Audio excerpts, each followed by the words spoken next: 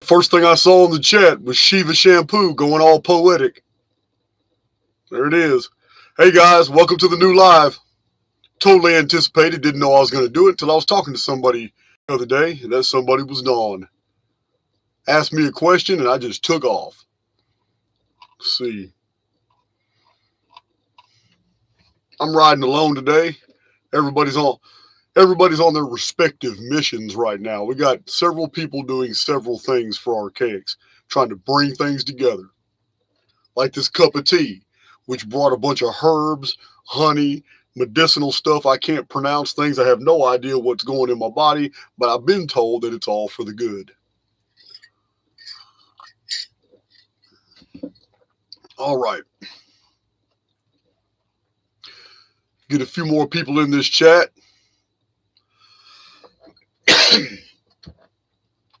I don't know if you guys like the idea of this or not, but I've got Big John on a mission right now. He's going through the entire Phoenix Phenomenon playlist. That's a lot of videos. And he's removing all the intros and all the outros and all the extraneous verbiage, and he's only isolating the cuts where the raw data is, where I'm explaining and showing things about the Phoenix Phenomenon. We already know out of like 80 videos, we're probably going to end up with 200 and something cuts. And I'm going to put that together in either 1, 2, or 3 2- and 3-hour presentations, so people can get all the Phoenix Phenomena data all in 1 or 2 downloads. It's a lot of hours of content, but a lot can be removed because it's been repetitive. All the intros and outros being removed also allows us to focus in on that. So for those of you who are like interested in that, we're going to do that with the Anunna files as well, and isolate all the gems and then put it long. It'll be like a long video, and you'll see me wearing about 30 different t-shirts, one for each video. And I'll be giving the presentation, but I'll be doing it in chronological order, and we'll just be using all these different pieces of these videos to do this. And it was somebody else's idea, but I thought it was a really good one. We're going to end up doing it, taking the information out of a lot of podcasts. I've done over 100 live videos and podcasts where I have freestyled a lot of information on different topics, and we're going to now start putting all those together into videos where you can watch a video and get the whole idea right there. Here it is. And, by the end of the video, you can either accept it or not. So I hope you guys like that idea, but that's one thing we're doing right now. And I did post my very first shorts video. I just took a pre-existing video we had in Archaix, and I ran it through the little shorts filter they've got. It was approved, and there you go. There you have it. Meanwhile, how's my audio? I'm feeling better. My throat's getting better. Man, I've come to... Thank you, Jahar Ali. Audio's fantastic. Dawn, Victoria, Rihad, thank you. Thank you, guys. Yeah, a lot of people don't get the live notifications. That's not on my end, and sometimes it's not even on your end. You guys know it's not just you. It's not just Archaix. I'm not going to try and convey to you guys that I'm being singled out. I'm telling you, across YouTube, it's very common. People just don't get their notifications. Yeah. Man. Huge shift in deep state assets. Oh my God, I've been telling you guys. Remember, 2 years ago, I released a series of predictive videos telling you guys that the conservatives were going to do a sweeping takeover. Man, that's all that's happening. I don't know what news you listen to. You need to listen to Dr. Steve Turley. Got a long list of all the Democrats who are jumping ship to the Republican Party. Got a long list of all the hosts of different news agencies that are now turning on the leftist liberal. Even the leftist liberal whole paradigm is now cannibalizing itself. There is a liberal civil war going on right now, and a bunch of them are jumping ship. Everything I put in those predictive videos are coming to pass. All the Republican conservatives are getting all the super majorities, all the majorities. You guys, it was just been a delay. It's been a slight delay. but all the predictions are coming to pass. It's a beautiful thing. It's a beautiful thing. So it just goes to show you that not only is the isometric phenomenon real, but so is the newer observation on wave diffusion, which is the ripples in a pool of water as they get further and further away from the epicenter on either side, all the way around. As the ring waves get bigger and bigger, they also spread out. And this is something I had never taken into consideration of, but it's the exact same thing in the isometric phenomenon as well. And that's why events of 2020 bled into 2021, and 2021 bled into 2022, and events that were predicted for 2022 have bled into 2023.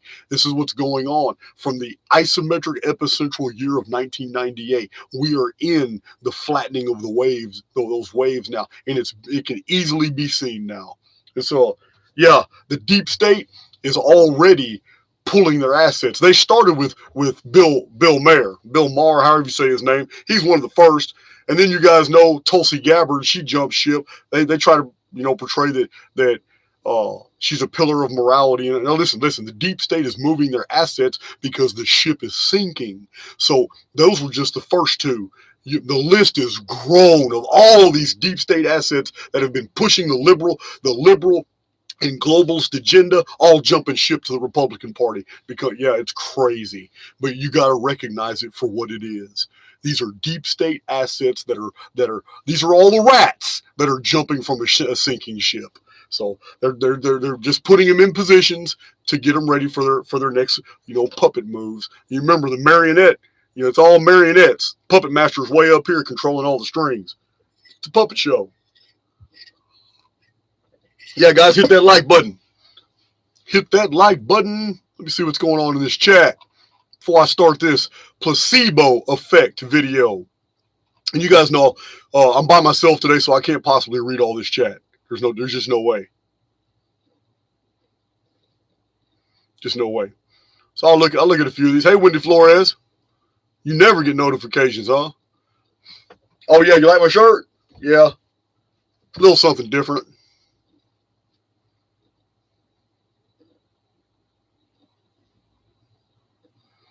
I don't know about black elderberry, but I've been black something. I've been drinking some black something. I can't remember what it is. Black root, black bean, black something. I don't remember what it is. You know what? Black seed oil. That's what it is. I got my pills. Black seed oil and curcumin. You guys know I can't pronounce all this stuff. Oh, man, I was troll slaying this morning. Get up first thing in the morning and hit all these triggered people. I've been calling them out, guys. I'm not being quiet. I've been calling them out. People come into my channel and they get triggered and they see the Phoenix phenomenon videos and they automatically say something completely antithetical to all the evidence. I know from what they have said, they don't even know what they're talking about, haven't even looked at the material. They vaguely watched maybe a video or a piece of a video, and they have this huge extrapolated opinion. So I've been dissecting them. I've been telling them, hey, check this out. All you got to do is set up a time and we'll debate. Or you can choose your favorite 3 heroes, whoever you know across YouTube that's willing to debate this deal. I don't care. I just know that we need a fair moderator. Because I don't care if I'm debating 3 men at the same time. I got to have equal play. They have to share. If they're on the same side, they need to share their time allotment among themselves. And may the best man, answer. But when it comes to my turn, you got to give me the fair amount of time to speak. And I know that I'm willing to debate anybody on the Phoenix phenomenon. I'm willing to debate Graham Hancock, Randall Carson, Billy Carson, you know what? I'm willing to debate, what's his name? The one I used to think he was level-headed. I used to think this dude was level-headed. I used to think he was just reporting basically what he heard from other people. I no longer believe that. I've been listening too much to him lately. Joe Rogan, no.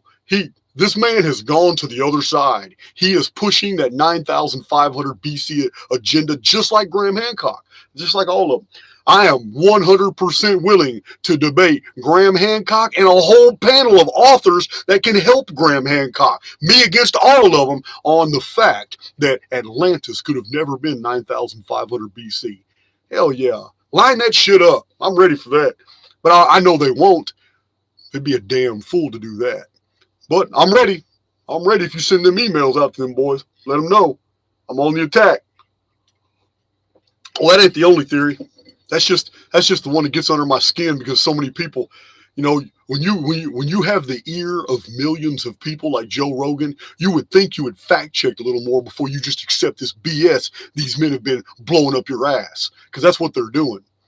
So, but now Joe Rogan's blowing it so hard and so much, it's like I can't even take him seriously anymore. Care what his opinions are on all these other topics anymore. This is ridiculous. It is absolutely ridiculous.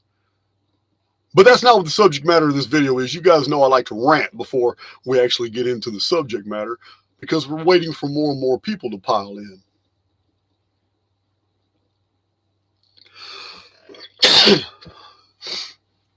And then Elon Musk comes around. Watch this man turn around and try to hit me with some type of order to cease and desist using the term AIX. Now that his new XAI corporation is now legal. It's absolutely ridiculous. XAI. I told you guys, he's a confidence man.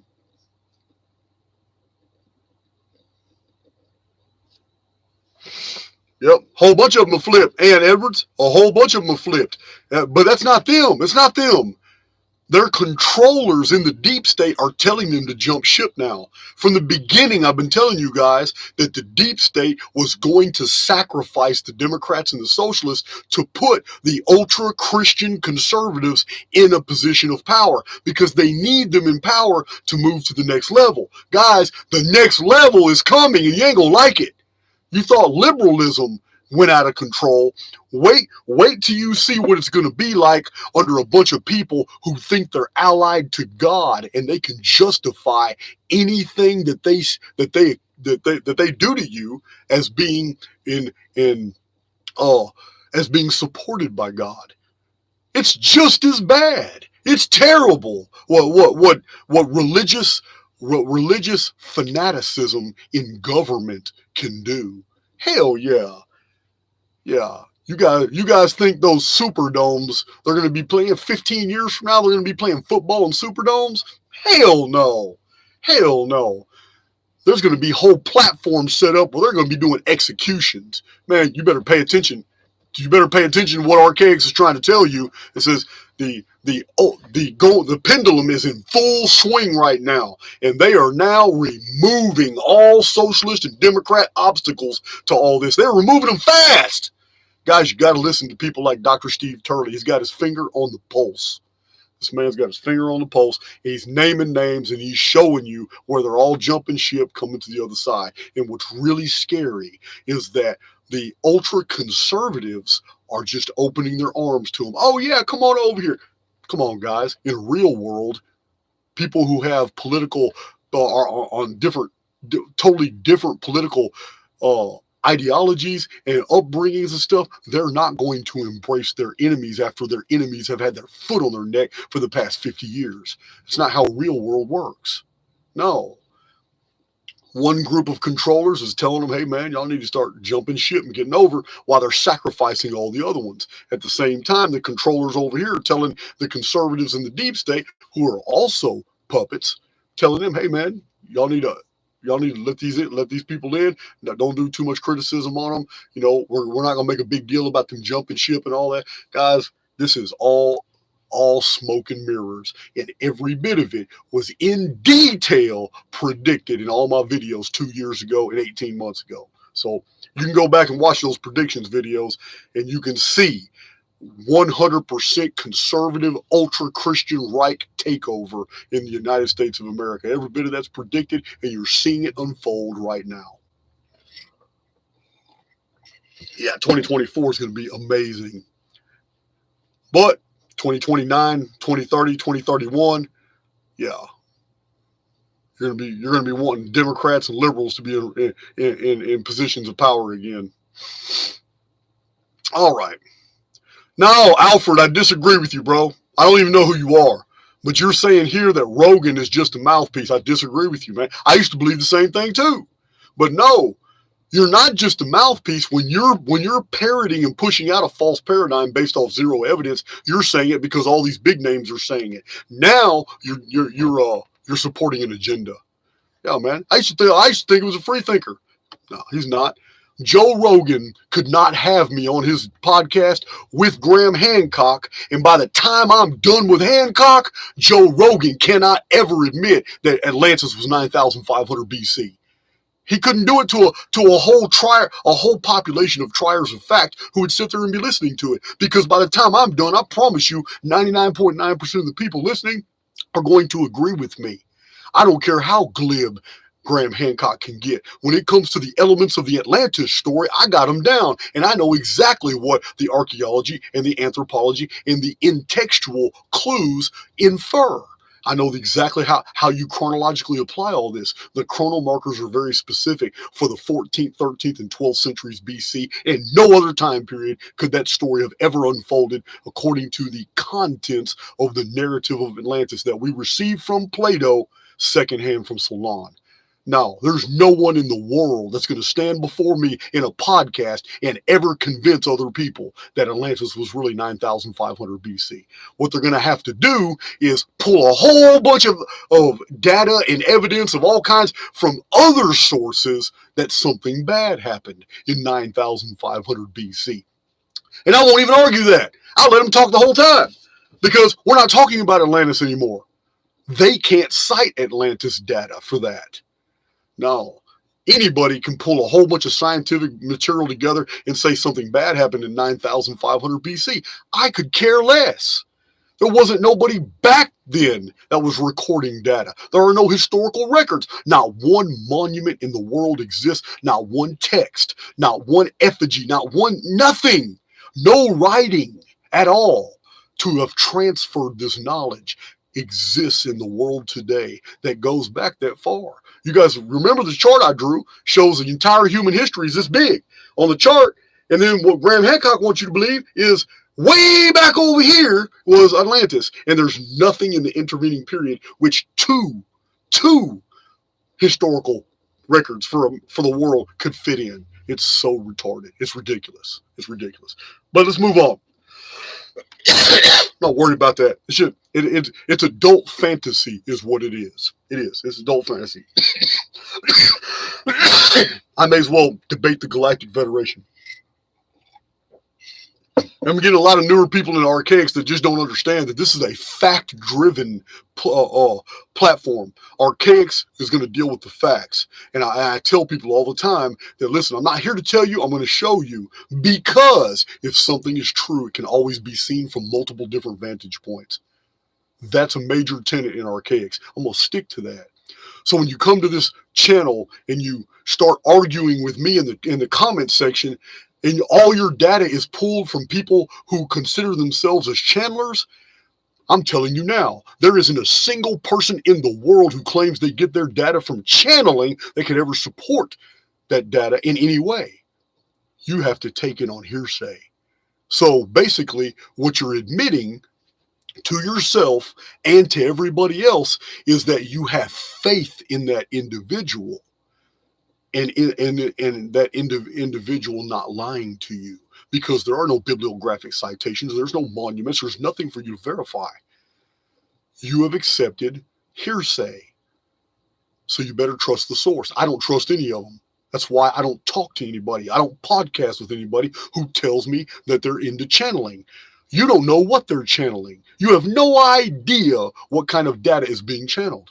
Some people think that Nostradamus through hypnotic regression was channeling, and he may have, but he got a lot of stuff wrong. Where did he get that information from? So anyway, rant's over with. I have no idea how many people are. Oh, here we go. All right, I already got 1,000 people in attendance, 400, almost 500 likes. I appreciate that. I appreciate y'all who take the time to do that. Pretty sure I do have 500 haters in here, but that's okay. Because all it takes is about 10 to a dozen people in my chat and I'll do a whole presentation for them because that's how I started. I started doing live videos, and there wasn't but 30 or 40 people in the whole chat. So,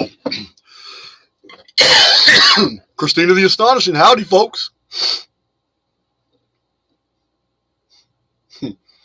My chance for foreplay.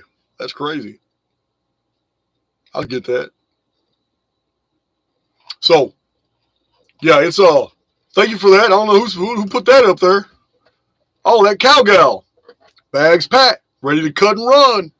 Thank you, cowgal. Appreciate that. So, guys, we need to take this real seriously about the placebo effect. And I know many of you know exactly what we're talking about when we're talking about the placebo effect. Don't worry about my cough, guys. It's getting taken care of. So, you guys already know that many medical tests have been done. Anybody can do their own homework. And some of you who listen to me come from a medical background or a homeopathic background. You understand what I'm talking about. The placebo effect has been so widely documented. There are so many books about the actual individual scientific tests that have been done. And I'm going to review just some of these so you guys can understand how profound this relationship is between the psyche and the simulation. You got to understand this connection, because when you see what's going on around you, you're going to be able to utilize this data and reverse that polarity. Meaning, instead of living a reactive mindset and these external placebos affecting you, creating your reality as it stands right now, by the end of this video, you're going to become aware of these placebos that are unfolding daily around you, because I'm going to itemize them for you. And then I'm going to explain how you reverse this situation and you become a projector instead of living in a reactive mode. It's going to change. This right here is a game changer. And Dawn is absolutely correct. I was shocked when she and I were having a conversation the other day, and she had asked a question and it led into an answer that had me talking about the placebo effect. And in mid-sentence, I stopped because it dawned on me. I have never, ever divulged this information to anybody. And out of having almost 500 videos, it shocked me. I was like, I can't believe I've never talked about this. This is something I should have covered a long time ago. But you know what? Everything happens in its time. Everything happens for a reason. Maybe this is unfolding now because I had to get that rant out about Joe Rogan and Graham Hancock first. Free the air a little bit, because we're operating on RAM too, and sometimes I got to free up that space. So that's what we're doing here. So I'm going to tell you now, the placebo effect, guys, it's used by the military. It's used by the Fortune 500 companies against you. It's used in marketing and advertising every single day. YouTube uses the placebo effect on you every single day. Oh, yes, it does. But going back to the simplest common denominators, let's look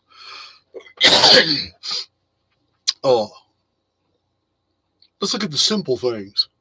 Before we introduce the complex, let's make sure everybody's on board. So when it comes to pain relief, this is the single largest understanding people have when it comes to the placebo effect, is when it concerns pain relief. We're all aware of the studies where two control groups are they have migraine headaches or they have back pains, and the doctors or the people conducting the tests will give one control group real medicine, real pain reliever for their head. The other control group will be given fake tablets, artificial tablets that taste like real Tylenols or Advil or whatever. They're given a placebo.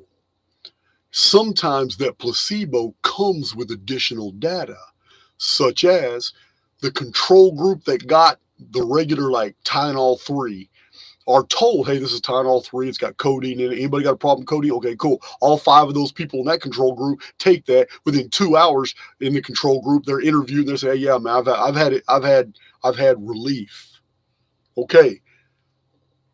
But all 5 members, almost all 5 members, sometimes it's 4, but most of the time it's all of them, in the other control group that were given the placebo were also told, hey, we gave the other group just the old style Tylenols, but we're giving you guys the new upgraded Tylenol 4 we haven't even released on the market. This is almost instant relief. Within 10 minutes of being in your stomach, your headache's already going to be disappearing. This additional data is entered into the informed fields of those who listened, and they took it and they swallowed it and they believe what they're told. And they took chalk pills or whatever they are, and there's absolutely no medicinal value.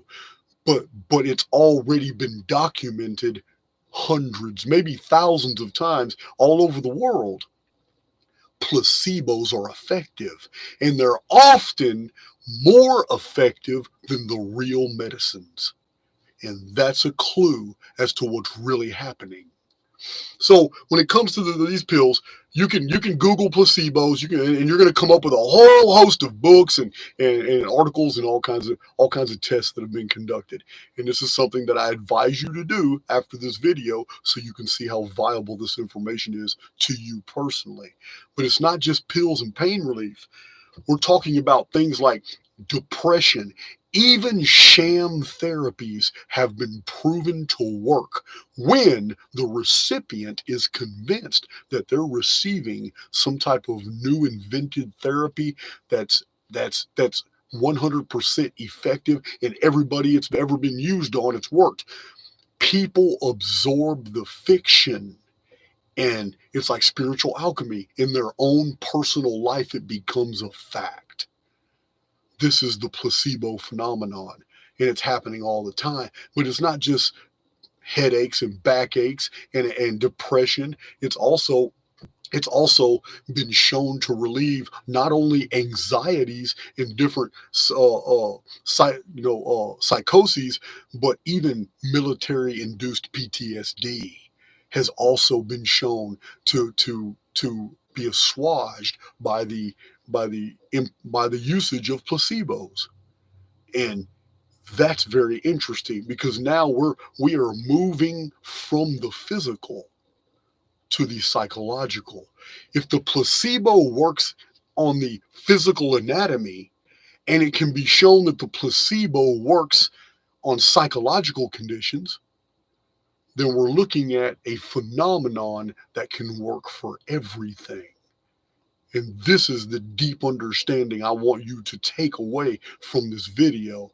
And you will by the time I'm done with this list. So there have been studies for things as simple as irritable bowel syndrome. Here's something you just can't control. People eat, they have irritable bowel syndrome, and it's messing them up, and then they're given these fake medicines, told they're real. They're told, hey man, this right here cures IBS. IBS isn't nothing. This right here cures IBS. Every single patient that's ever taken this reported that it cured them. And then these people take this fake medicine, and their IBS is completely controlled, and they have hardly no problems. Placebo, 100%, that individual took a lie and turned it into the truth. So this tea is delicious.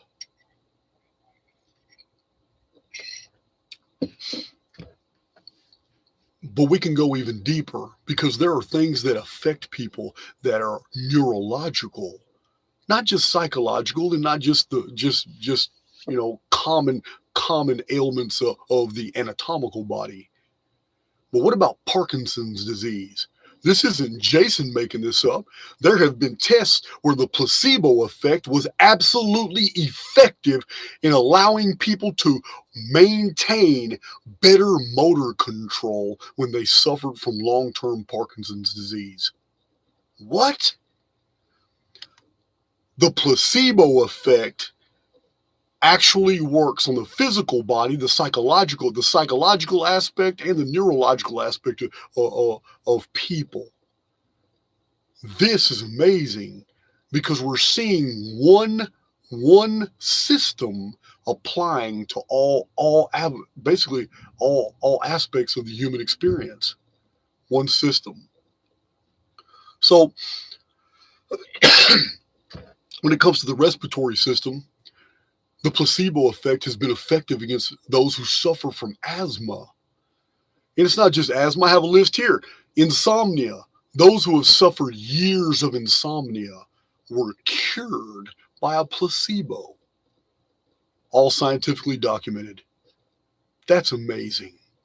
It kind of makes you wonder why placebo effect isn't something that's more on the common vernacular. Why aren't more people talking about it? Why you just unless you go searching for that information, it's not easy to find. Why isn't it more widely out there? I'm going to tell you why. It's called pharmaceutical companies. They don't want you knowing about this placebo effect phenomenon, because that's what it is. It's a phenomenon, and it's the key to understanding the architecture of the relationship between the personal informed field and the larger field of the simulacrum itself. Remember, I told you guys many times, it's a relationship between the personal and the oversoul by virtue of the field. So the fields exchange information. This is spiritual alchemy. This is how you turn fictions into fact. So another real good example of the placebo effect has been shown in the case of really acute and severe menopausal symptoms. When women were told that there was a cure, and they were in it when they were told in confidence, as if they were not to allow others to know about a new secretive medication, they were relieved of their menopausal symptoms. Again, here is the power of the psyche over the physical anatomy. Again, athletic performance. Athletes who were given a placebo treatment have often reported better performance. Yeah. We're not talking now. Now we're adding a whole new element. We're not talking about relieving pain, curing or suppressing symptoms. We're not talking about the psychology or neurology. We're not talking about the respiratory system, the physical anatomy. Now we're talking about performance enhancement was delivered to people because they believed in the placebo. They took something that was fake and they transmuted it into something real by their actions. That athlete got out there and did whatever he did, the high jump. He felt he went a little bit higher because something that was given to him right before the exercise. That athlete ran the distance faster and farther than normal. And in his heart, he knew it was by virtue of something that was given to him, unknowing that it was a placebo. That's a whole new added element here, performance enhancement. So, basically, by leveraging the power of belief and expectation, those using placebos on the unwitting, they can basically enhance their performance, their operations. Guys, this is super soldier shit. That's where we're going with this. Remember guys, if anything can be shown to be true to the smallest degree, then it's probably true to the greatest as well. So the placebo effect isn't something that can just heal. Apparently, it can be weaponized as well. I don't advocate that, but we can't deny that it's already happening, and it's happening on a daily basis. So we know managers can use the placebo effect to boost employee morale and motivation. That too is a placebo effect. Just basically just an upbeat conversation from a manager who you get your paycheck from and who knows the direction of a company or a business. And the people listening to him, his pep talk, is also a placebo. So this allows us to understand that the phenomenon can be transferred by voice, by intention. The phenomenon does not require a physical placebo because the phenomenon itself can be delivered in non-physical means.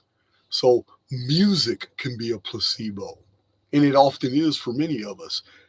And so we believe that music can heal us, and by virtue of that belief, music that we listen to makes us feel better. And because we feel better, we feel like we've been healed. And because we feel like we've been healed, we feel better. And because we feel better, we feel like we've been healed. It's a feedback loop.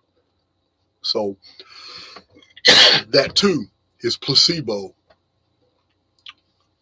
So the very fact that like incorporating elements that create a perception of high quality and effective training in like a soldiers or employees to a company, if they go to a training session and they feel that they have been that I'm talking about some very highly specialized sales techniques have been given to them. And they know, wow, every company I've worked for in the past, they never taught me anything like this. So some psychologist is in the room and they're and teaching these new sales techniques and explaining how people will react to them when they do this.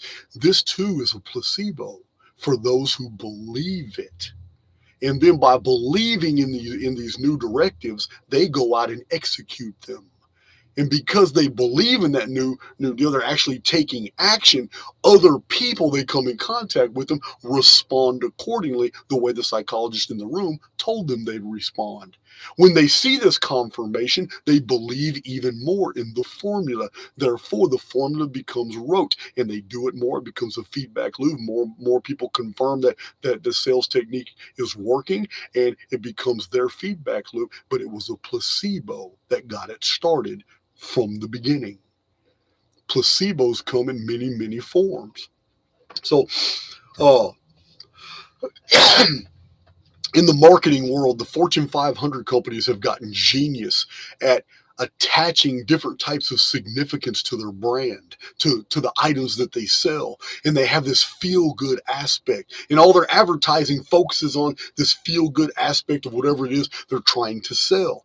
That too is placebo, because none of that's really true. They're selling something that's inanimate. They're selling something that objectively on its own is nothing but a liquid in a bottle. They're selling something that's wrapped in styrofoam in a cardboard box. All these attachments of music, emotion, color, word associations, all these things that are attached to that product, you respond to. I respond to it. And we get these feel-good sensations about that product. That's a placebo, and it works on a lot of us a lot of the time. So they're geniuses. They're geniuses. They've been doing this for a long time. A long time. It can go from the way that the packaging of a product can be so intricate and so beautiful that it's a heavy inference that what's inside that package must be of great value and utility, even though it might be a piece of shit. The product might be a piece of crap, but the packaging alone is so exquisite, the inference becomes a placebo. And people buy into it, and they pay the higher prices for the inferior product because of the way it looks and feels. So that's a placebo. Another popular placebo are the endorsements from famous people, from trusted people, personages, celebrities. These endorsements, people remember, oh, okay, they have different emotions attached to different celebrities. Oh, wow, that celebrity there's been in like 12 of my favorite movies. That's a feel good nostalgia. They're using your own emotions against you. They know. That's why actors and actresses are very carefully picked when they're used to push certain products.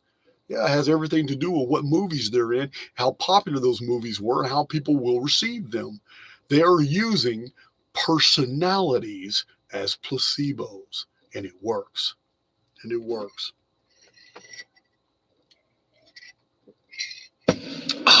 So, you know, you know,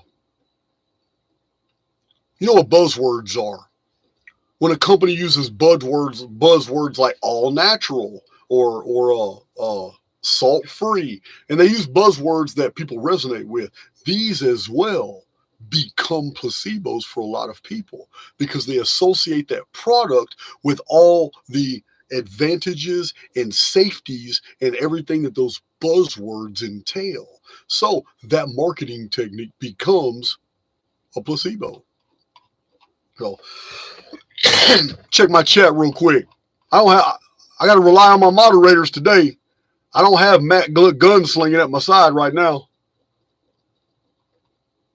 Check my chat. Thank you for posting that mailing address, Johara. Pamela. Man, I need to go. Chat's moving fast. I got to go all the way to the bottom of it. Square peg divergent. We gotta get together. I'm real busy, but I can make time. We gotta do a video on wave diffusion. I keep seeing her in the chat. I don't see her right now though. 4 Jacks, thank you. So, yeah, buzzwords are another. They're another aspect of the Phoenix phenomenon. But so is exclusivity. Exclusivity is like when a company gives you a limited time offer. It's a limited time offer. Therefore, the implication is already that whatever they're selling or whatever service they're offering is so valuable, they're only willing to offer it for a limited time. That totally puts out an inference of a value that's much higher than it actually is. This is a placebo. People fall for it all the time. All the time. So it makes the product extra special. Another placebo, and I know you guys are familiar with these placebos as well. It's very popular in marketing for them to show before and after pictures. I did the same thing back when I owned a company called Woodlands Residential Pressure Wash, and I used to pressure wash all these driveways and the sides, the facades of buildings, and I used to show my before and after pictures. And they look beautiful, but that is placebo for some people because you haven't actually done the job for them. All you've done is shown pictures of a job that was done before and after, but there's still no evidence you did it. It's a placebo. People fall for it. It's not necessarily an evil one. I've never inferred that placebos are evil, but it's a phenomenon that's being used for both good and evil. There's no doubt. No doubt. Another, yeah, I need a placebo for my coffin. You're right. So another, what is that? Oh, another tactic that becomes placebo is when you're looking at products and you pull one off the shelf and you're instantly drawn to a bright color. And when you look at that bright color, it says original price is about 30 to 40% more than the asking price. That automatically infers that the product is far more valuable than what you're going to have to pay for it. Placebo kicks in instantly. It's the same phenomenon. It's the same thing with showing a large number of testimonials. When they show a whole large number of testimonials, and you see this, it becomes a psychological thing. You believe in it. You look at it and say, "Wow, this many people. I understand one or two, but this many people, and got one famous endorsement. Yeah, this product must be awesome, or this service must be awesome." You have no evidence of its awesomeness at all. All you did was read what was on a label, but placebo effect kicks in because you buy that product, you take it home, and it's awesome. So it's These are just little light examples of, you know, these different types of endorsements and the way marketers and advertisements tap into this type of phenomenon. So, um, it's the same thing with attractive models and showing aspirational, you know, lifestyle scenes, showing awesome houses, showing all the things that you want in life that you don't have, making you feel these associations, making you feel these emotions and stuff. And then you buy the product and you take it home and you've basically deceived yourself. The product, the vacuum cleaner works excellently, but the vacuum cleaner vacuumed like any other vacuum cleaner. It vacuumed, but to you, you have basically imported a special significance to how that vacuum cleaner actually did a better job than any other vacuum cleaner you've ever had before. Yeah, the placebo effect is real. We do it to ourselves every day with products. And only weeks later or months later do we see the evidence that it's no different than anything else. It's no different than any other vacuum cleaner we ever bought before. But then again, you haven't been dwelling on it from day to day, so it's easy to understand in retrospect the mistake you made. But while you're living it, it's very hard to see that. It's very hard to see that.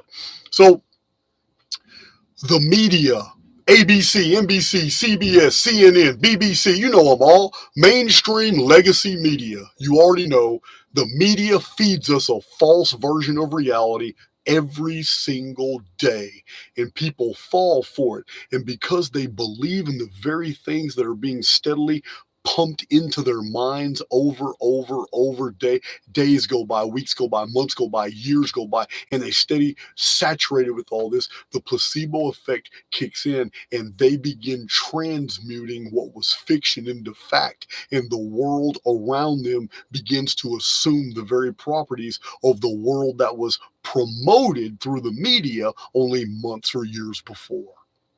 It's the exact same thing. The placebo effect is weaponized by the media.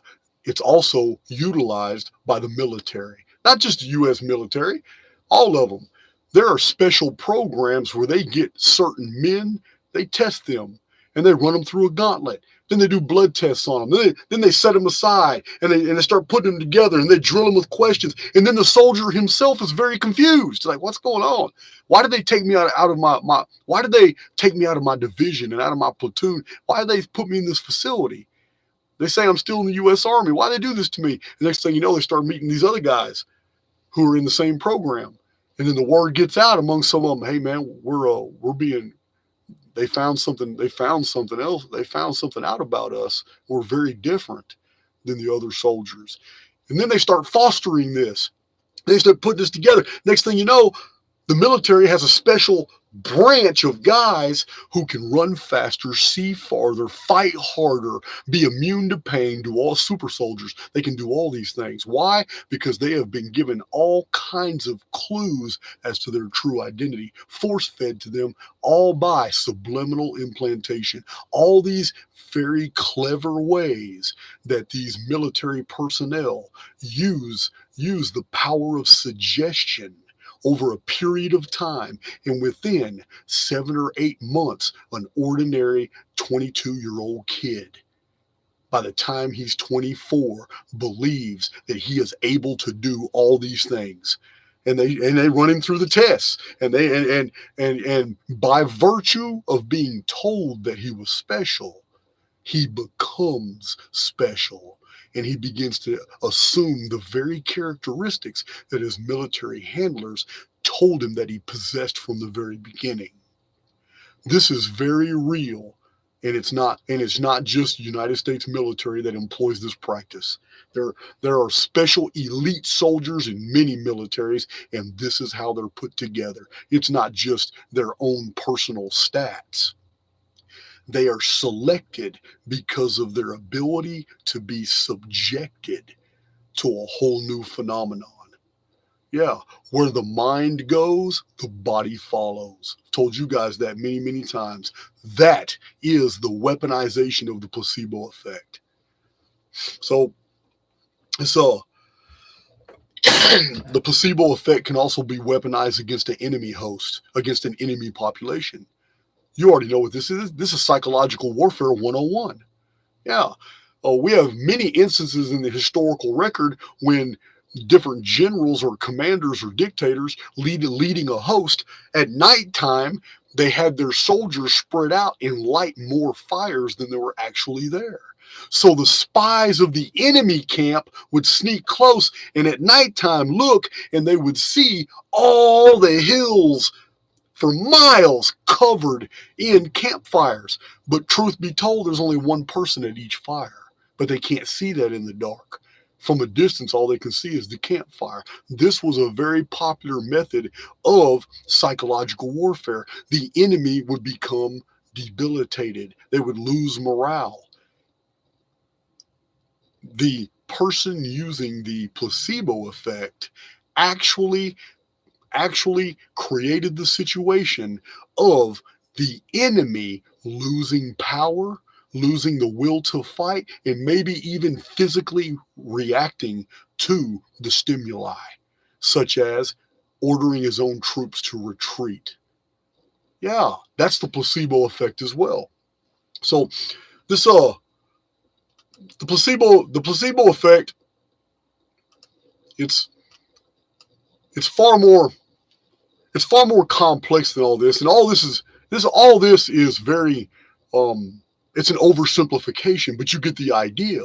So I'm telling you guys often, if anything can be shown to be true in one aspect of something, it's probably true in all aspects of that same thing. So if in your personal life you can transmute fiction into fact, then why even wait for the external stimuli? Why live a reactive mindset?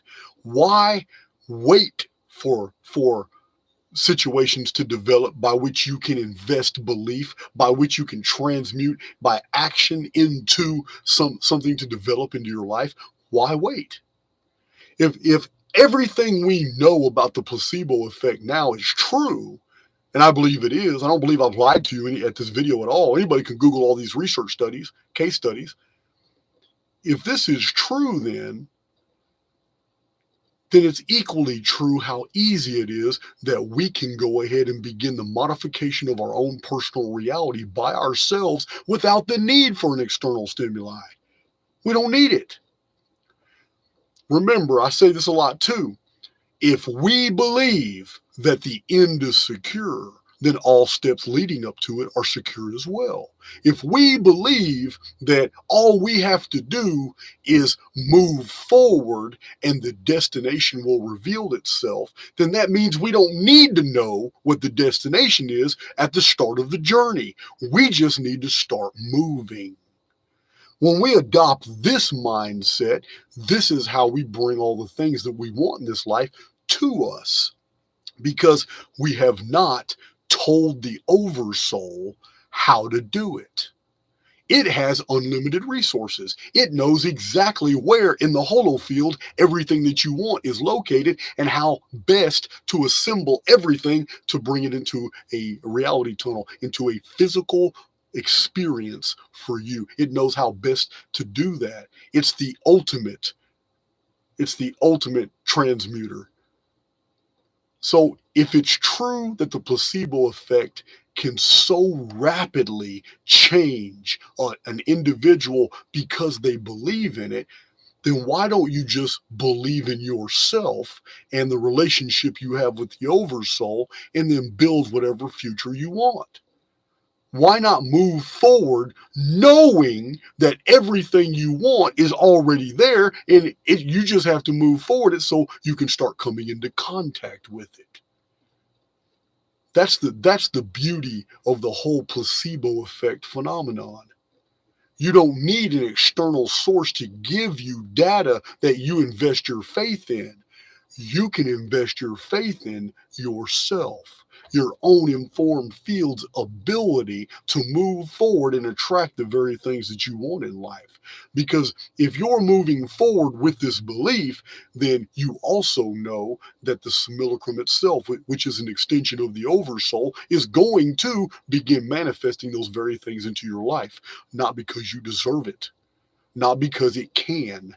and not because those variables are all out there existing anyway. It's going to do it only because you're expecting it to. Simple as that. That's the placebo effect. You're expecting it. Without expecting something, nothing's going to occur. Therefore, there's no placebo involved. But if you are expecting things to change for yourself, then they will, because the oversoul will reflect that back as circumstance. The placebo effect has taught us basically that where the mind goes, the body follows. And that is as simple as I can put it, as far as the ability to manipulate our holospheric reality, which we call the physical world, and bring those things into contact with us that we most earnestly desire or want or believe that are attainable to us. It is that simple. And the placebo effect is our direct evidence, our daily evidence happening all around us in all echelons of society. That is our evidence on a daily basis that what I'm telling you right now is absolutely true. That we forge our own realities by what we believe and expect to happen. And then we move forward, allowing, basically, you can call it the universe, you can call it the oversoul, you can call it God, whatever. Allowing the matrix to build it for you. Because if you think, remember, if you think you got to build it, then you're not in a relationship at all. Yeah, that's ego talking. He said, you're in a relationship with the oversoul, which makes you a co-creator. If you're a co-creator, then that means the burden is not on you to finish anything. The burden is on you to begin. You got to start something, and then start heading in the direction for a follow through, and the relationship kicks in and the oversoul builds it for you. And this is why when you're vibrating on the right frequency and you're moving forward and you're attracting all the things in your life that you want, this is why by the time you get many of the things that you want, and I'm living this, guys, I've been living it for a while now, when you get, they've lost their value to you because now you've set your sights on something bigger and started moving in that direction. And then that comes to you as well. And then you realize once you obtained it, wow, it doesn't even have that intrinsic value it used to have on me 3 months ago when this was my goal. And then I've already got my mind set on this, and this, and these objectives and these projects and these things I want to accomplish. And now I accomplish them and they do them and they pass through me as experiences because I'm done with them. But they were so important to me months ago when I set things in motion. When we're vibrating on the right frequency, when we get the very things we desire, they're no longer of that same value they were at the inception. And that's growth. That's how you want to be. They're still enjoyable, but that importance doesn't attach anymore. And what you think is important in your future that has not yet caught up to you, you've built it up in your mind. That's what you really want. It's what this is where you're heading and all that. And then when you get it, it no longer has that hold on you. You've already mentally projected other things that you're moving in that direction to. This is life. This is the mode you want to be in. Because every day is a new experience, new things come into your life weekly, and it's a beautiful thing. But this is when you're vibrating on the right frequency. So that's my presentation on the placebo effect. There's no need to draw this out into a 2-hour presentation. It's very simple. The placebo effect is real. It is scientifically documented. It affects almost every aspect of the human experience, and therefore, if the lie can be turned into the truth by simply acting on it, then you need to use that in your daily life, because what's not true are the things that you want in life that you don't have. But what can become true are those very things that you don't have but you want. And by moving forward, acting as if they already exist, because they do, they're just not in your possession, then the co-creator relationship kicks in. The informed field has done everything that it can to build the picture and then begin moving in the direction it needs to go. And now it is time for the relationship to kick in. Now the simulacrum, which is a finger of the oversoul, will begin to reach down and knit the circumstances in your life to bring to pass the very things that were once a lie so they can become your truth. That's my presentation, and I'm totally cool with some Q&A as soon as I drink this tea. And look at this chat. Let me look at this chat.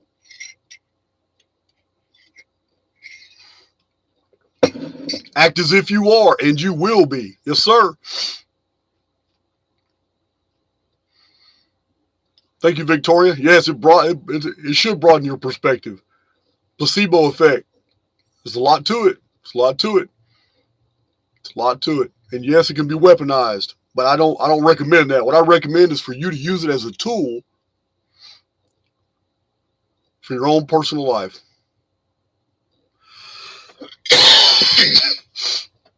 Now, I'm going to tell you now on the Aggie, AGGY. Listen, you're not going to see Graham Hancock and I on a podcast talking about. Now, we may end up in a podcast in the future. I wouldn't doubt that, talking about other topics.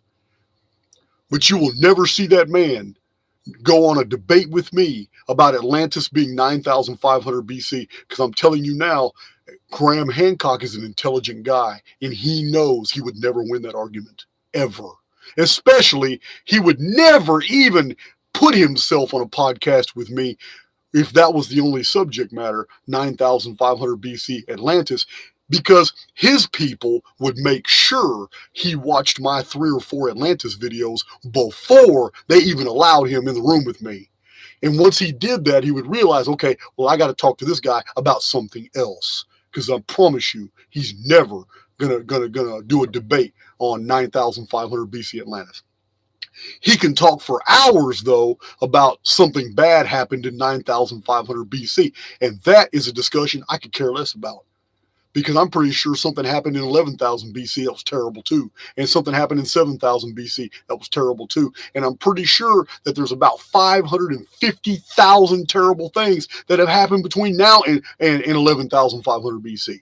None of that shit concerns me. I don't care. The issue is the man has millions of people listening to him, and he has said hundreds of times out of his mouth some of his evidence for the 11,000 BC narrative, 9,500 BC narrative. He quotes Plato. He quotes the Atlantis story, but he doesn't tell the truth.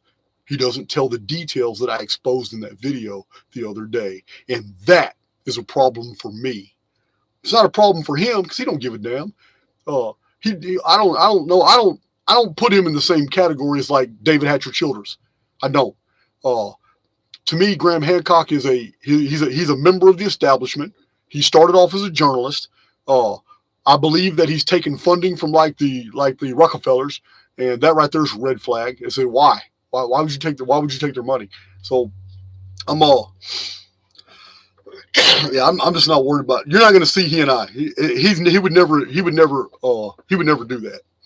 He wouldn't do that. It would be a fool's move. All it would do is blow me up and make him look really bad. It really would.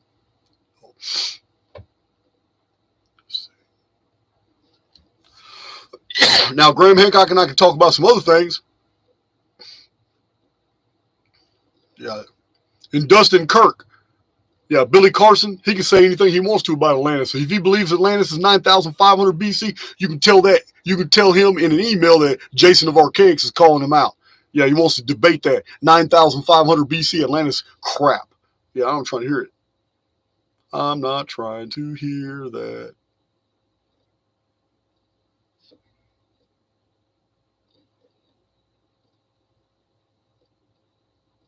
Yeah, Martin Leitke, I guess that's how you say his name. He and I are doing a podcast real soon.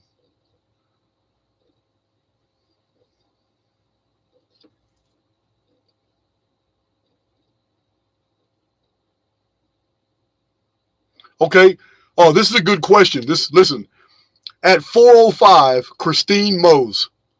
When does the placebo effect hit the hard edge of the code, the simulacrum? Listen, guys, the placebo effect is no different than what I've told you many times in the past in my presentations.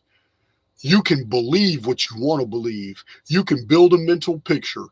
You can even project that mental picture out there, and none of that's going to ever bring anything into your reality. Nothing. The key component that's missing is your physical avatar must move in the direction. When it comes to the placebo, what's happening? The physical avatar swallows the pill, takes the medicine, purchases the very thing that they think is all hype and all that. It's a commiserating act in the physical world that empowers the placebo phenomenon. It's the same thing I've been telling you guys on how to create your own reality. You build the mental picture. You're a co-creator. You build that mental picture, then you let go of it. Because if you dwell on it, it's never going to reflect it back to you as circumstance. Let it go and start moving in the direction to fulfill that. Your physical activities must in some way support your mental activity. They have to commiserate. Once that relationship between the physical and the mental is met in the personal, that's when the simulacrum instantly, if you're talking about hitting the code, that's when the simulacrum will instantly begin to knit those things into your existence. How fast that happens depends on you and your belief. Like I said, if the end is secure, every step leading up to it is secure as well.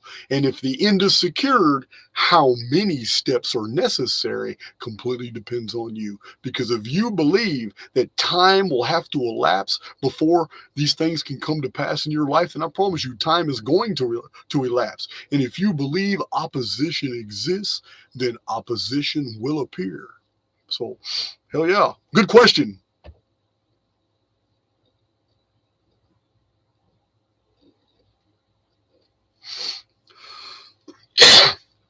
Rosie Hayes, I understand. Joe Rogan can make it happen. You say Rogan had Hancock and one of his haters on before, and that was so good. Listen, the problem is with Joe Rogan, I would be on a podcast with a sympathizer.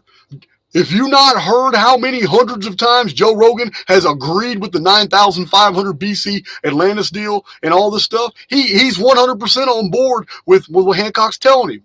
So it's not him being an impartial mediator.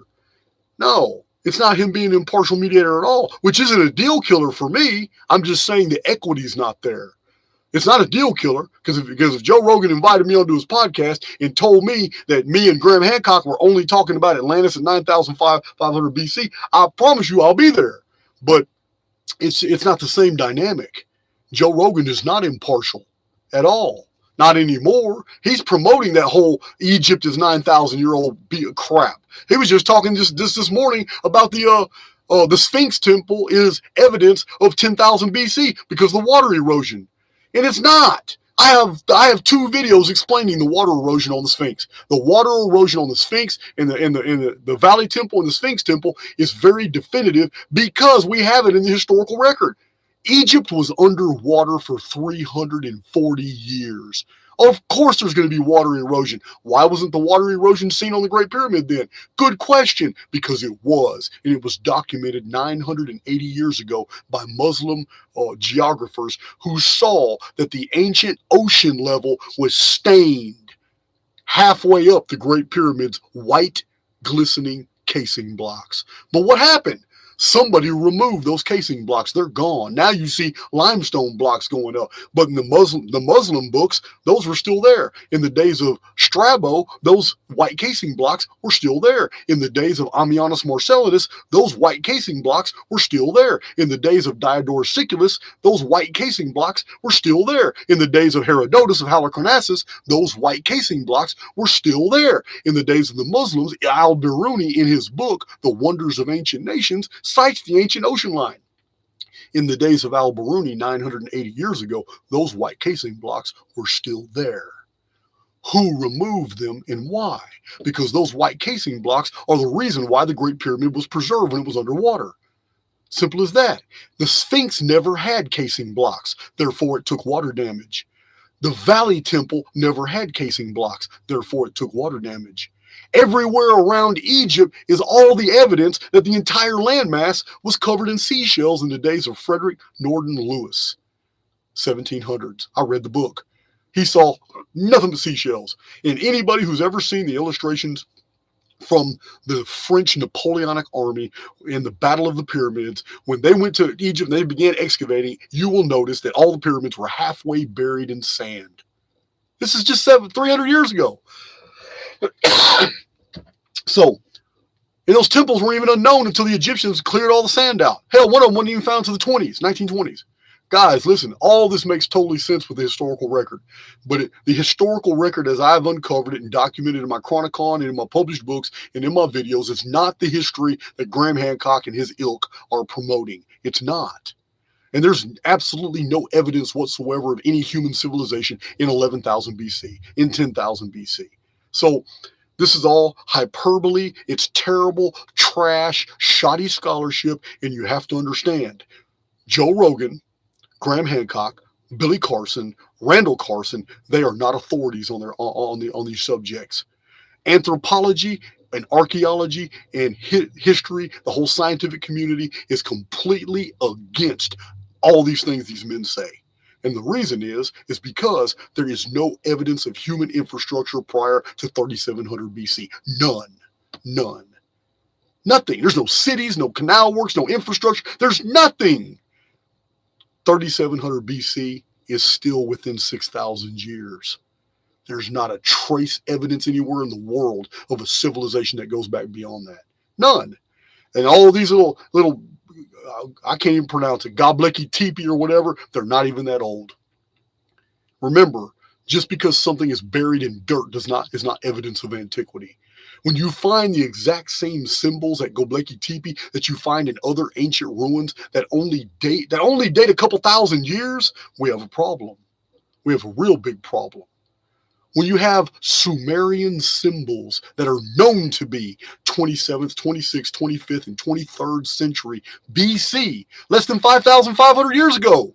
When you know these Sumerian symbols, they're everywhere in Near Eastern iconography, and then you see them at Göbekli Tepe, how in the hell can you bridge that 8,000 years? How can you just all of a sudden date this at this date and ignore 8,000 years where not a single artifact or anything's ever been found to link the two? Easter Island has 550 something giant head statues. Now we know they're attached to bodies. When you dig down on the back of the bodies, the same symbols on the back of those statues are at Göbekli Tepe.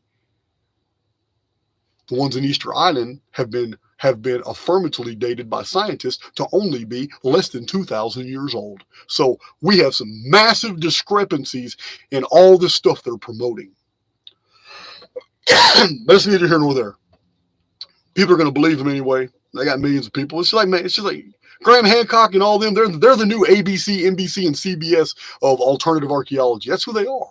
And, they can have that. They can have that throne. Because I know, I am convinced by virtue of the comments, the comments section and the emails that I get, I am convinced that there is a higher level of intellect involved in the scrutinizing of the Archaix material in the Archaix family. Do you know how many fact checkers I have? Do you have any idea how many people are always looking for little details to see if there's discrepancies or see if there's anything wrong? You have any idea?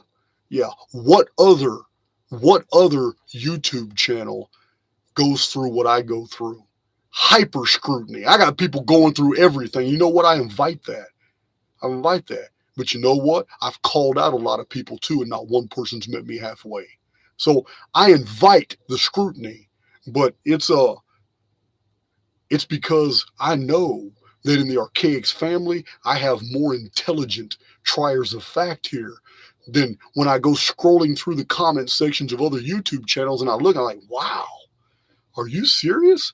It's like people are believing things that have absolutely no substance. And I look at these comment sections and I'm disgusted. I said, wow, this is amazing.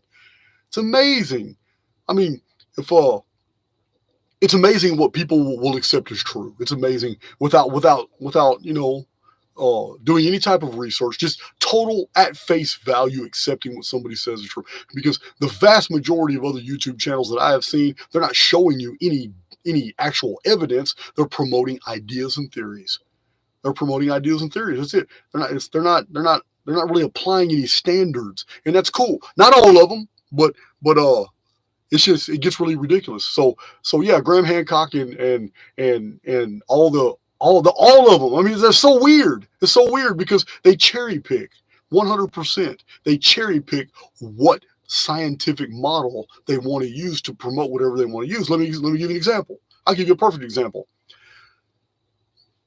Graham Hancock, Randall Carlson, all these guys that are putting out this material about 9,500 BC and 10,000 BC cataclysm and all that. You guys know that standard archaeology and Scientifica doesn't accept their conclusions. And yet, they're uniformitarians. Go figure.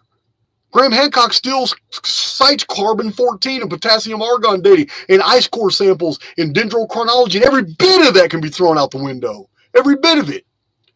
Still applying uniformity. If Ice Age comes out of your mouth, you're a uniformitarian. It's as simple as that, because none of that's provable. None of that's provable.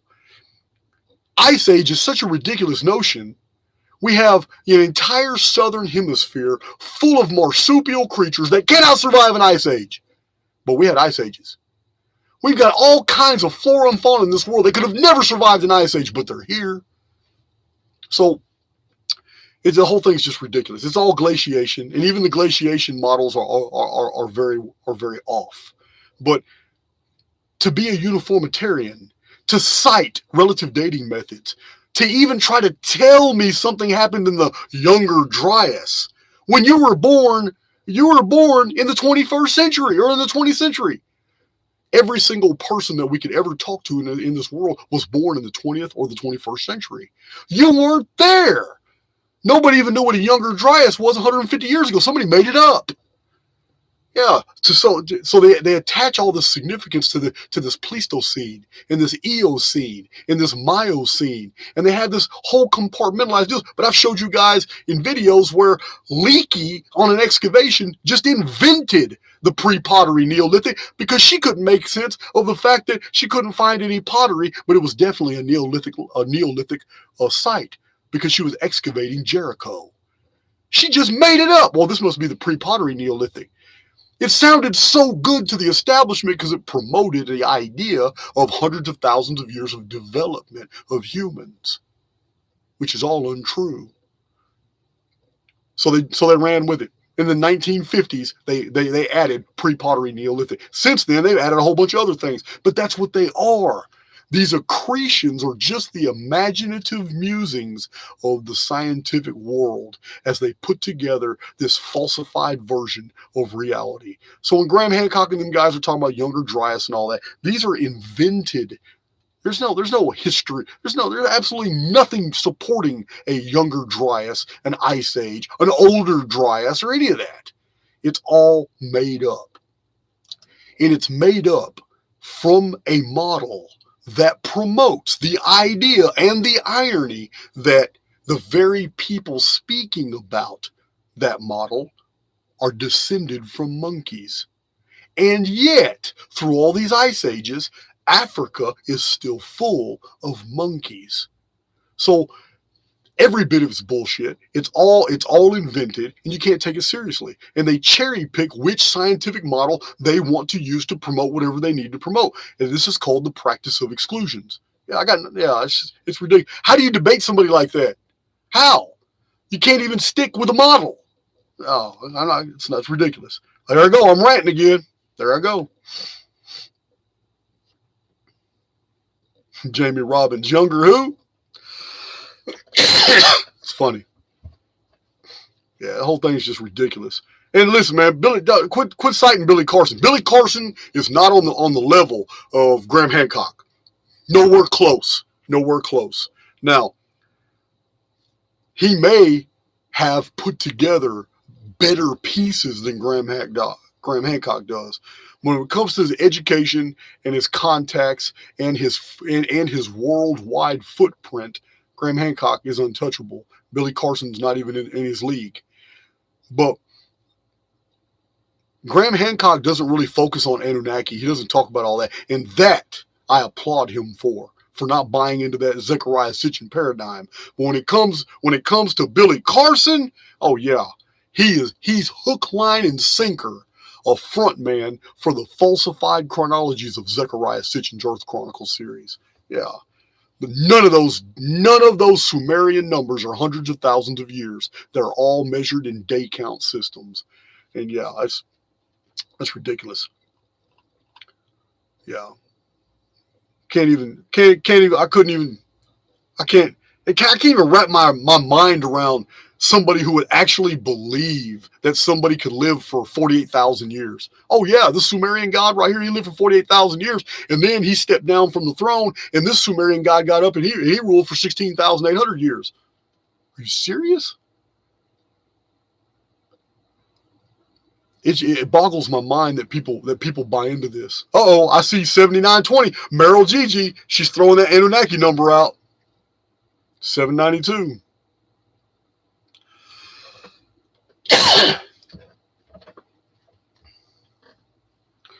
Meryl, when I published my material on the dark satellite, I was believing that we lived in a real Newtonian system. I no longer believe that. I'm a simulationist now. All my published books were published before I had adopted simulation theory. You will not find a hint about simulation theory. And man, I got a lot of published books. All of my books. There isn't a single book I have except the last one, Awaken the Immortal Within, where I do discuss it a little bit. But no, all my original published books, and I was putting all this together from all the ancient records, I was still believing that Phoenix and the Nemesis X object were intruder planets, and that the dark satellite was a moon of Nemesis X, and this is why they maintain that perfect periodicity. But then I have since had to basically reassess because the arithmetic is too perfect. It's way too perfect. One of the worst things, one of the most critical things that damages that we are in a planetary system model is the event 713 BC. And this is in my Anunnaki Homeworld and my book, Astonishing Secrets of Antiquity. Listen, there's no way. I have so much data sets on what the old world's calendar was 360 days. And there's many different calendars, all different types of calendars, and you can factor them in all different ways. But in every single one of them, the common denominator is that there was 360 days a year until the year 713 BC, when the Assyrians recorded something. The mandate of heaven had altered and changed. And in the Bible, we find in the days of Hezekiah and the prophet Isaiah that the sun stopped moving in the sky, and then it went in retrograde 10 degrees, and the sundial of Ahaz showed on the shadow. It went back 10 degrees, and the king was scared, and he called for the prophet, and Isaiah showed up and told him that basically interpretation of a judgment of God, and that Hezekiah had been forgiven by God, but he would suffer some type of punishment for some trespass he had done. And at the exact same time that the sundial went in reverse, 185,000 Assyrian soldiers led by the Assyrian monarch Sennacherib were vaporized in their armor. This was from a flux tube blast from the sky. Now, that was the dark satellite. And it wasn't the first time. The dark satellite had been seen in 1899 BC as well. This was the Tower of Babel incident. It also been seen in 76 AD. This was a great javelin in the sky that was seen over the Mediterranean. And there's been other episodes where it's been seen, but it returns in 2052. I used to think it was a moon, but that was before I had really assessed this data. All this material about all, I have chapters full of data that the world's calendars were all based off 360 days, and that an event in 713 BC changed every calendar in the world at the same time. And within 3 years, every culture in the world changed their calendars to 365 days. Some of them employed the 365.25 within 100 years after that. They had calibrated. Now, two different data sets, and both of them are true. Before 713 BC, the whole world had a 360-day calendar. That's why the Vedic calendar is the way it is. That's why the Kali Yuga is a calendar. Every single number in the entire Hindu system, every number is divisible by 360. Every single number in the Quiche, Zapotec, Olmec, and Mayan calendars are all divisible by 360.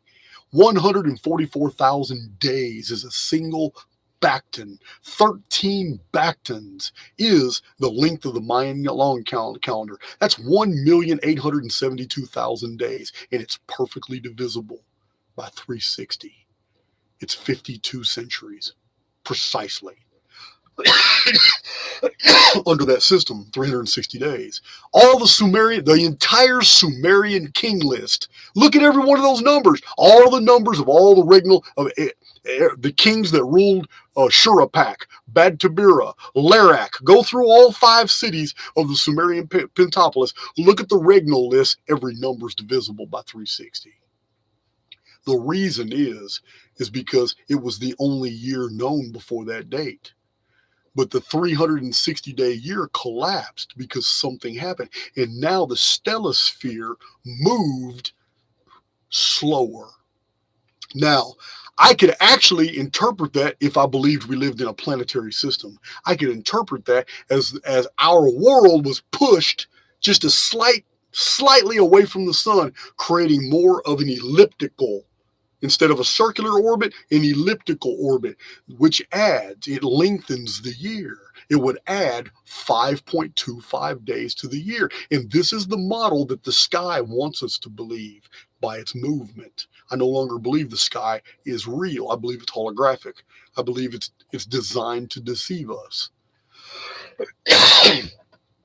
Two data sets are absolutely real. Both of them can be proven, and I'm willing to debate anybody on it. The ancient year was 360 days. The new year is 365.25. Now, the real problem is that the Phoenix phenomenon occurs every 138 years. The real problem is that the dark satellite has a very certain periodicity of 400 and something years. I can't remember.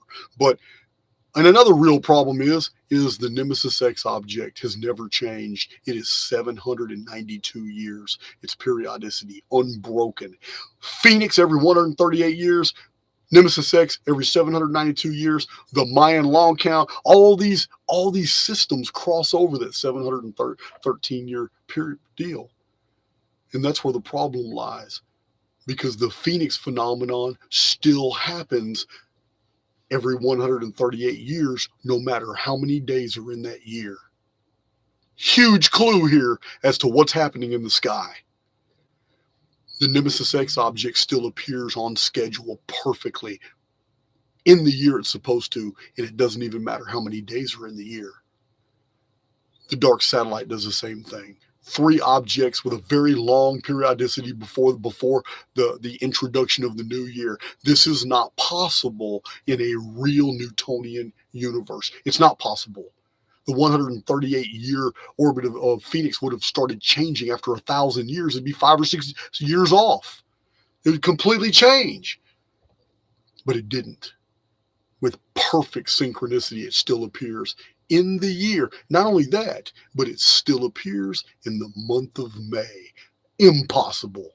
Nemesis X object still appears in the month of November. Impossible. The addition of newer days would have totally changed them if they were true intruder planets, if they were true bodies. This is why all my videos talk about the hidden super construction in the sky. There's something hidden in the sky. And every once in a while, that power source goes down and people see what's really up there. And whatever it is, it creates the Phoenix phenomenon. It creates the dark satellite phenomenon. And it creates the Nemesis X object phenomenon. It's probably the same apparatus. The sky is a holofield hiding something else. That is the only thing I can think of. It's why I'm a simulationist now. Only in a simulation can two different mathematical systems actually comport and be a part of the same construct. At the same time, only in a holo field can two different observers being at two different coordinates experience the same phenomena. Only in a holo field can two different people looking at the same thing from different vantage points see totally different aspects of the same phenomena. It's the same thing with what's happening with the timekeeping. We're on different reality tunnels and trajectories, and the very fact that the ancient records call Phoenix the keeper of the calendar, and that a whole Egyptian temple and goddess was dedicated to the calendar, and it's the mansion of the Phoenix where the Bin stone was, and the patron goddess was Sekhmet, and she's the goddess of the calendar. The very fact that Phoenix was known to keep the calendar despite everything everybody else did. And remember the Egyptian Gnostic Coptic records, the Proteno, I can't remember, it's the Gnostic something Protenoi document, and on the nature of the universe or the origin of the universe document. Both of those documents are very real. They were discovered in 1947 in the Egyptian Coptic texts. And those texts name Phoenix. They call Phoenix basically uh, uh, the keeper and the steward against the powers of the archons. The archons are the manipulators of time. The archons are the manipulators of mankind. Phoenix was created to keep the structure. So that's why I'm a simulationist now, and that's why really all my older published books should be republished. There wouldn't be any changes to the Phoenix phenomenon. There wouldn't be any. There would just be much better books now because I have so much more new data. But I hope that answered your question, Merrill. Because yeah, it's a huge giveaway for two separate data sets to be absolutely true, and then a third data set also be true, but it can't be. Not if we're in a physical world, in a physical reality, and yet all three data sets are so widely supported. There's no way to disprove them. They're just too well documented. So, yeah, that's because we live in a holo field. Oh, let me see down here.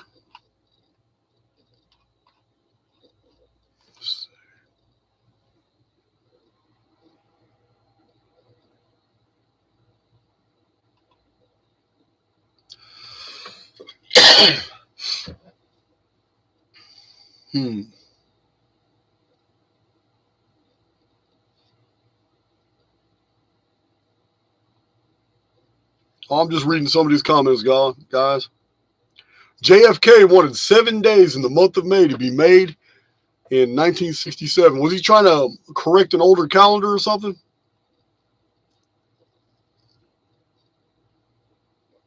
I don't know about that.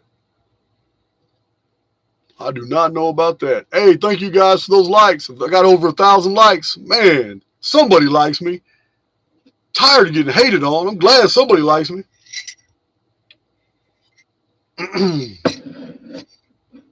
Phoenix Protocol.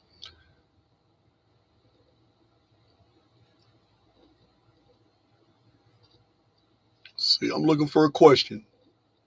Questions in all caps, guys. Thanks for the reminder, Victoria. I forget to say that. I do forget to say that. The Slim Errant. All right, Slim. How can we educate people about the potential of the placebo effect to help them make positive changes in their lives and society? Listen, in past presentations, I have explained one of the fundamental aspects of our reality is that almost everything here is deception or a lie, and that we transmute these things into facts, into truths. But it's almost as if we live in the photo negative of a real reality, and it seems like lies are more powerful here than the truth. So this is what the placebo effect is as well. Trying to convince somebody of the placebo effect is nowhere near as powerful as deceiving them into believing in a placebo. Big difference. Placebo effect is real, but it requires a modicum of deception. Now, this is where morality comes in. Is it okay to tell a lie when the result is going to be a good or the truth? This is something you need to wrestle with on an own personal level. But that's exactly what a placebo is. No matter how many people have been healed with placebos, no matter how many, it was a lie that led to the benefit. You got to remember this, guys. Remember, I have a Dark Scriptures playlist that goes into a lot of detail about reinterpreting exactly what was happening in those biblical stories. Remember, Jesus's most powerful messages were lies. Oh yeah, I know some of you Christians want to burn me right now, but I'm telling you, the parables are the most spiritual thing you can find in the Bible. Those parables are deep. Jesus spoke all these parables and told, but every single one of those stories is a fiction. And no matter how you want to interpret it, that means they're not factual. Therefore, they are a lie. Not that he's trying to fib. He's just giving examples. But we have to reduce everything to its lowest common denominators to be able to ascertain the phenomena that's unfolding. Jesus spoke parables, which are only images of truth. They're not the real truth. They're just images. And being only images, they're fictions. They're not the real truth, and fictions are lies. So, a placebo has the best intent, but it requires telling a lie in order to get somebody to accept and put themselves in the position of receiving the benefit. Remember, I said that when you read Genesis 1 and Genesis chapter 2 concerning the serpent. Let's see. I seen Meryl, I'm so sorry for your loss. What happened, Meryl? I just looked at my emails. I didn't get an email from you. Something bad happened? Please let me know.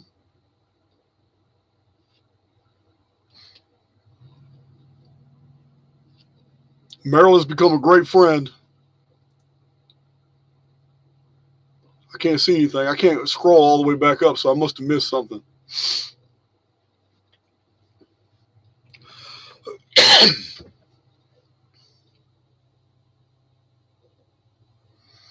Starling Go, Jason and Jordan Peterson.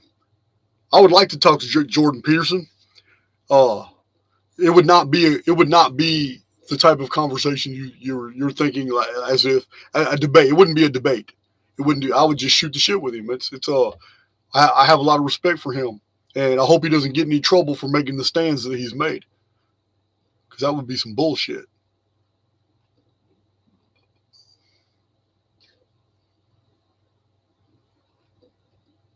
Oh, I'm looking for something to comment on. Square Peg, what are you saying? Have you seen 1964 movie 7 Days in May? I've never seen that movie. Just watched the trailer, huh? Square Peg, there's a whole new way of looking at the Phoenix phenomenon that I've had to go back into my notes, and I found some really interesting stuff. Listen, in my research, I have omitted details about the year 1627, 1765, and 1903. When I do my Phoenix phenomenon charts and all that, I omit those, and I don't know why. I don't know why I have omitted so much fantastic Phoenix phenomenon data. No, those aren't Phoenix years, according to the calendar that we use. But the Phoenix is on a different calendar, and I do not know why I have never taken this into consideration until recently. But the Phoenix phenomenon is from May to May. The Phoenix year is from May to May. So half of little over half of 1902, and then the first 5 months of 1903. And man, When you look at it like that, and then you look at the first 5 months of 1765, oh my God. You can see all kinds of Phoenix phenomenon material, all the edits. It's crazy. It's crazy. There's so much of Charles Fort that I had omitted. I didn't care about anything he said in 1903. I stuck with 1902, and I shouldn't have done that. I should have recorded all of it. I am now. I'm going back through all my notes now, putting all these other things in perspective because I forgot, man. It's just like the count. It's just like the Roman calendar. The old calendar is very different than the calendar we're on now. You guys already know that the actual, I've told you many times, the reason why we have September, October, November, December, which is 9, 10, 11, and 12. September, October, November, December. However, the names of the months are 7, 8, 9, and 10.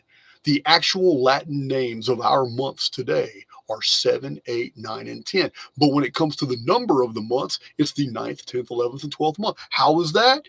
Because January was the 11th month. February was the 12th month. The end of February was New Year's. The ancient world's New Year's was in March. So anyway, it's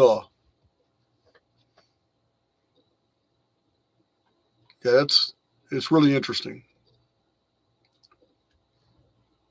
So yeah, for those of you real thick on the Phoenix phenomenon, you got to look at the first half of 1903 and 1765 because the Phoenix year is May to May. I don't know why I've never put that. Even Nostradamus said it was May, and I don't know why I didn't look at it that way. And remember, Martinique, Mount Pelée in Martinique, it blew up and killed like 35,000 people in the month of May. All those weird ass things happened in the month of May.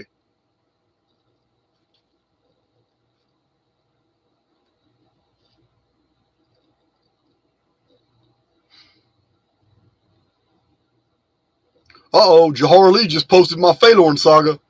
For those of you who don't know, I have another channel. It's got 4,000 subs, but I've already got 2 books. I've already got 2. Here's the other book right here. I'm about to upload this. There's 26 episodes right here I'm about to upload. This is Phalorn Saga. But it's about a fairy apocalypse. Some people in the chat, they can tell you they read it or they listened to it, but I'm reading the chapters of my fantasy, my epic fantasy series.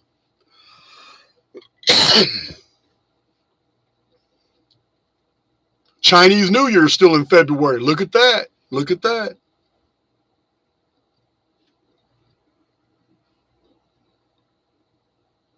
Yes, the placebo effect. Oscar, you're right. The placebo effect is definitely a clue that we live in a simulation. Absolutely. Absolutely. It shows you that what you have accepted to be true can be modified. 100%. You got stomach pains 2 or 3 times a week, and no diagnosis has ever resulted in you receiving the medication that would bring relief. And this goes on for years, and you got a stomach pain, and this is going on, and this is something that's become your part of your reality. And then somebody tells you something, and in hope and faith, the information they gave you was so profound. You just know that, man, if you can just get it to that medicine, and they make it difficult for you to get it, but finally you get access to it. And when you get it and you take it, and all of a sudden, man, your little stomach problems go away. And they didn't give you nothing but some bullshit, but it still worked. When that happens, and we have it documented as happening multiple times with many different types of people, if it's true for one person, then it's true for all people. So if you can modify reality by believing in something, yeah, then there's no end to the things that you can believe about yourself. And one of those, and another way to apply the placebo effect is basically retrocausality. Because if I'm going to believe while my stomach hurts right now that my stomach's not going to hurt, if I do something, and then I do it, and my stomach doesn't hurt anymore, if I'm going to do something like that, then why not? Who says I have to restrict the perimeters of my experience in the present? Why not go ahead and believe that a certain situation began developing in my past? And then paint a mental picture of exactly how that would have happened. And then believe the very fiction I just invented. And totally move forward as if it did happen. There's no difference. Not only can you create your own placebo effect, you can be the placebo.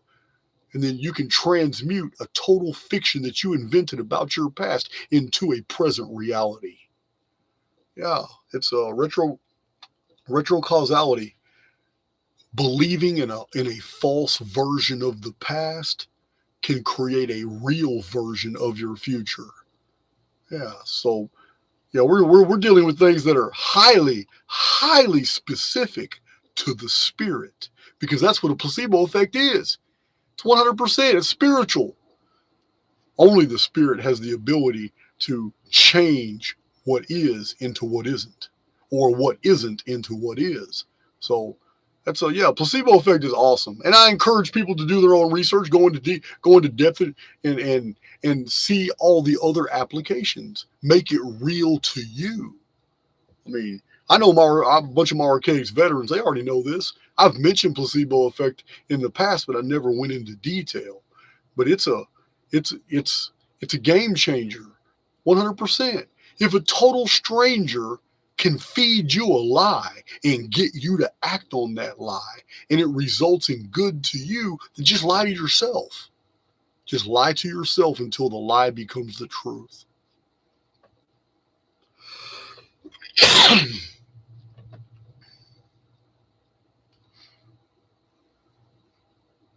Yes, sir. Oh, Victoria Cunningham, call those things that be not as though they were. That's right. Cite that scripture then. Scripture's got a lot of good in it, no doubt.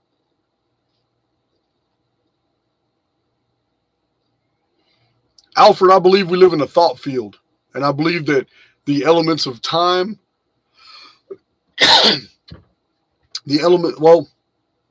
it's so hard. Talking about things in time space is far beyond my ability to present. I'm just not.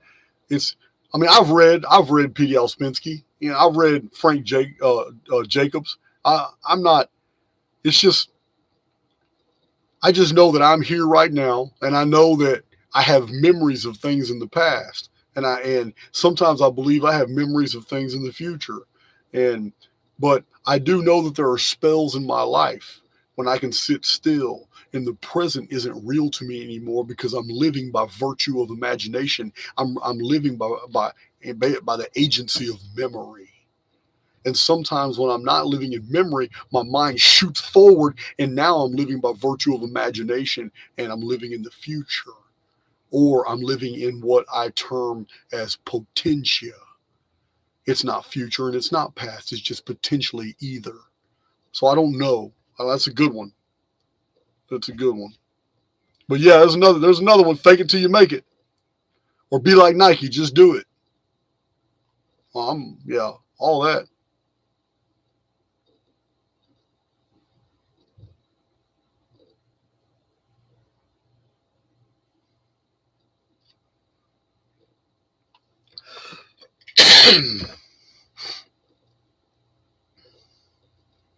Just do it.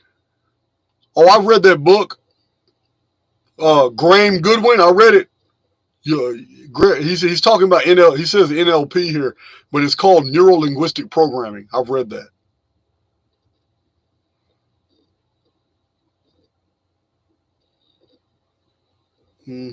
See, I just can't type, y'all. I did hear from Max Egan. He says, "Hi, Jason. Any word from Max Egan or Egan, or is he not on board?" Yeah, Max and I are all right. We did one video together, and a couple communications after that. But I believe Max moved. He relocated, and then he was having some problems with his emails and getting hacked and stuff like that. But Then he started some big project. And last time I heard from Max, he was involved in a large project, and he told me he'd get back with me later. I don't know what he was doing or who he's working on it with. I haven't heard nothing. Haven't heard anything.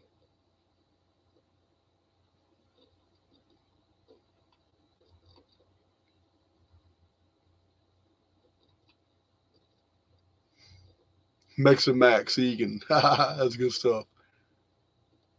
I got whiskey and honey right here, Michael. I got some good whiskey. Oh, Max helped with Anarchapulco. Anarchapulco. I can't believe I said that right. That's good stuff. Mexicans got on boots. That's crazy.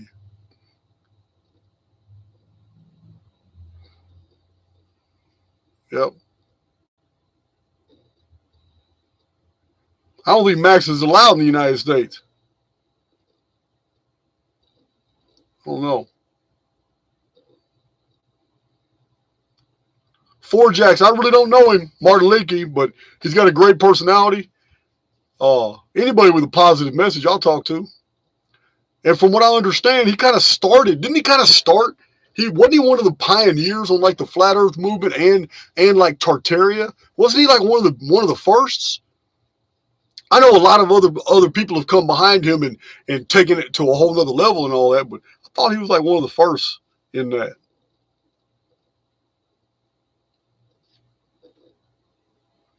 Sorry, word woman.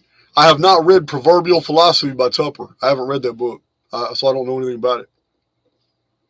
Wow, you actually caught me with a book I ain't read.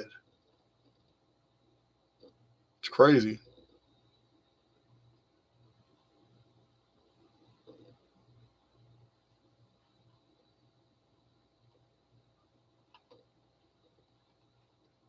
So my publisher contacted me by email the other day.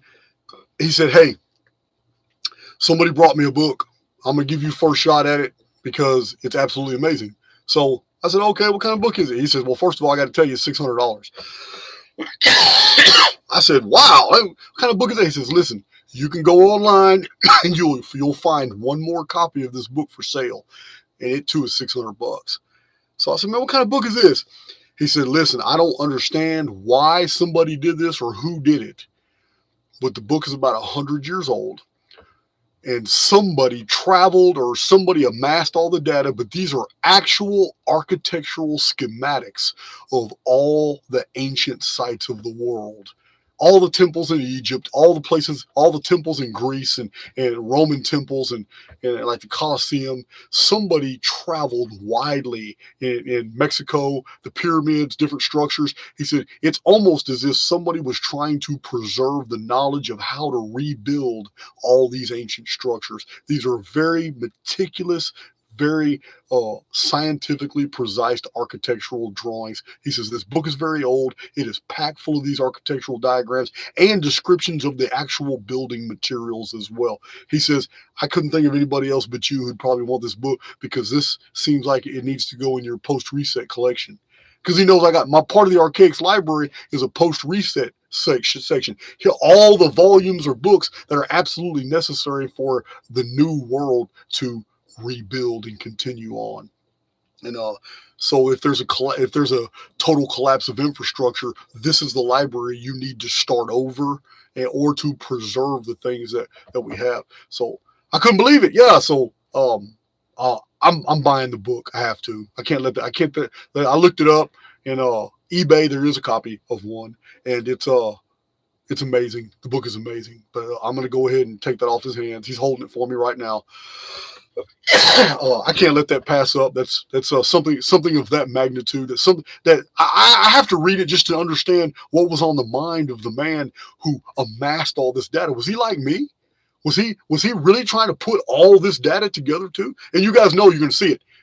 A book like this, I'm going to show it on YouTube. You know I am. But it just shocks me that somebody had went through all this trouble to put all this material together. I need to know, man, were you preparing for destruction of the world? What prompted this man to put this giant book together? So, yeah, I can't wait to see it.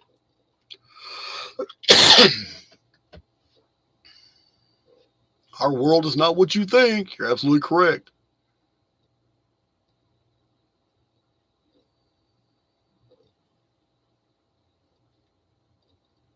Okay, Slim Errant, you're still missing. You're still missing a key, vital piece of what I'm talking about.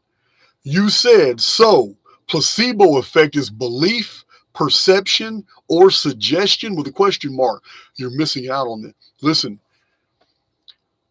the physical avatar must do something in the physical world to move into the direction that commiserates whatever with the belief was.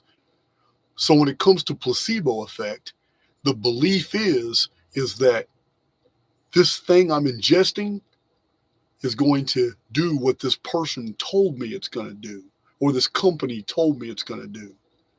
So you've invested your belief in this object. But if you don't swallow it, you don't go through the actual motions, you haven't done anything. Your belief is attached to ingesting it. Therefore, it must be ingested. And that is, in the very act of swallowing it, is your physical avatar moving in the direction that it needs to go to bring it to pass, the belief to pass. There must be a physical action of the human body and all things in order to bring anything to come to pass. You gotta move in the direction. You don't have, like I told you, you do not have to finish anything. That's not what the relationship is about. You have to initiate.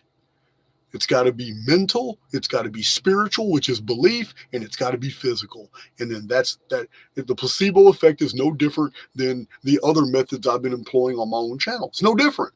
It's just the delivery is different.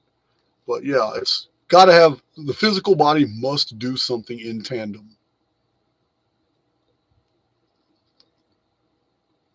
I have a lot of videos on this. I have a lot of my podcasts discuss this as well. Because I have a We Immortals playlist, but really it's my live videos and my podcasts that go into the most detail on that phenomenon.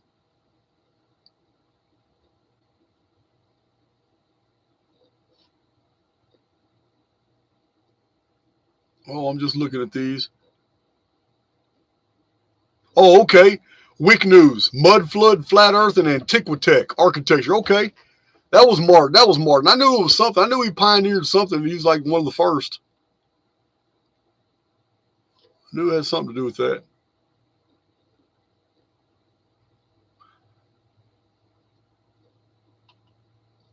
Yeah, Crow Rising. I need to know where that picture came from. You're gonna drive me crazy trying to figure out where all those old pictures from the 1500s you found.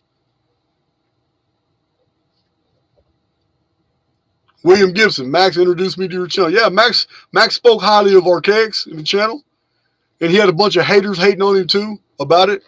They got on his ass, man, about promoting me. That's happened a lot of times. I've done podcasts with people in the past that just dropped off. I get no emails from them, no shout outs. They don't ever appear in the chat anymore. Yeah, and it's because of the peer pressure. It's because other channels that they've done a lot of work with, basically, called them out on it. Why are you talking to Archaix? Why are you talking to that old ex-con? Why are you talking to that anti-Christian heathen? And I'm not even anti-Christian. That's crazy. But yeah. Guys, I know a lot of you know because you've been following me for a while, but for the new people, I have never seen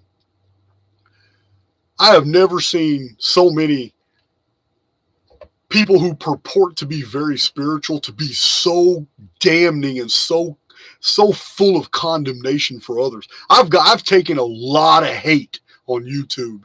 Yeah, a lot of hate. And they want to use the excuse of my incarceration and my crimes at 17 years old. They want to use that excuse. But the real essence here is that the hate is already inside them. They know, some of them are listening to me now. That hatred, I mean, these are guys that have channels that purport to be spiritual. But when it comes to talking about JasonArchaix, you can see the venom come out. But I'm telling you, it's not me causing that. that darkness is already there. Something about me drew it out. So yeah, I'm gonna come across this for the rest of my life. It's gonna be over and over and over. Yeah, man, I'm not even worried about it. I'm not worried about it because almost every single channel that's ever attacked me lost subs, lost credibility, and now they're all subbed to each other because no one else will listen to them. It's crazy. But yeah, there's a lot of people, man, that I have done podcasts with that went radio silent on me because of peer pressure from some of these other YouTube channels. Yep. David Weiss is one of them. Shoot, I've never spoken to the man, nothing, but he and I were scheduled to go on David Nino Rodriguez channel. Nino was going to moderate, and David Weiss and I were just going to shoot the shit. I had already sent an email to David Weiss and Nino saying, hey, I have no intention of debate. I have no intention of being argumentative. I said, I am genuinely wanting to talk about the similarities between flat earth concept and simulation theory. I'm not with the argument. I'm not with any of that shit. About 3 hours before our podcast, Nino just sent me a text. I got Nino on my phone. He just sent me a text. Hey, man, I'm sorry, man, but David Weiss pulled out. I said, okay, that's cool. I don't mind talking about it now because I'm always going to tell the truth. You know what I mean? I wasn't told it was going to be a secret anyway, but the man pulled out and never even sent me a letter of apology. Never sent me an email and said, hey, man, I'm sorry, man, this is what happened. None of that. Just straight ghosted me like a whole lot of other YouTubers, but I don't care. I don't even care. Look where they're at. Look where I'm at. That's all that matters. So they can keep hating.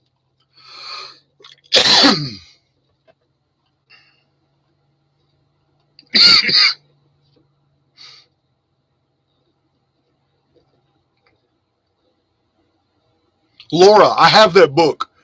Wondering if you saw Thomas Short's A General Chronological History of the Air, Weather, Seasons, Meteors. Yeah, 1749. Laura, thank you. I have that book, and it was one that I wanted to show on my channel. I have a lot of old books I want to do videos on, and I have been doing videos on them, but it's going to take some time. But that's one I want to get into. It's a work of chronology as well.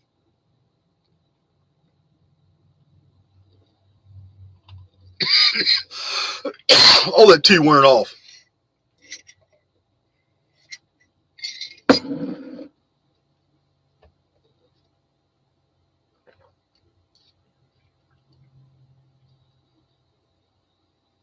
Yeah, I know Wildwoods. I know Kimberly. I heard one of them call me the Antichrist. It's crazy. Absolutely crazy. Crazy. Started this channel from a wooden shack. I had over, 300. I had over 300 videos before I got my first podcast and started growing. It's crazy, man. But all of a sudden I'm mainstream. All of a sudden I'm the enemy. That's, what? It's just so ridiculous. YouTube is full of so many children. You guys know that. It's crazy, man. Sometimes I feel like I get on YouTube, I'm in high school.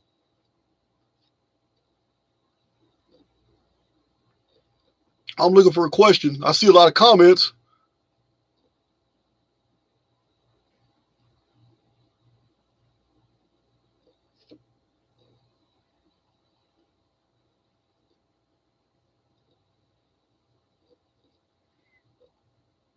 Oh, it's not just me being attacked, guys. You guys are too.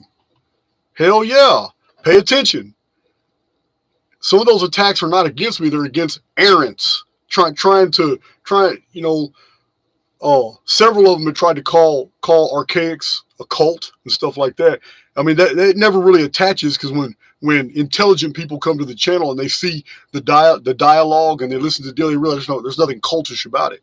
So really, I'm really surprised this many people follow the channel because my very first 3 videos, I was very specific. Archaix is not for everybody. It says it's going to take a higher level of intelligence to process the information that's being revealed on this channel. I said, this is not the channel for the mainstream. It is not. I said all that from the very beginning. So I'm really tickled to death that so many people have not only stepped in to help, donate.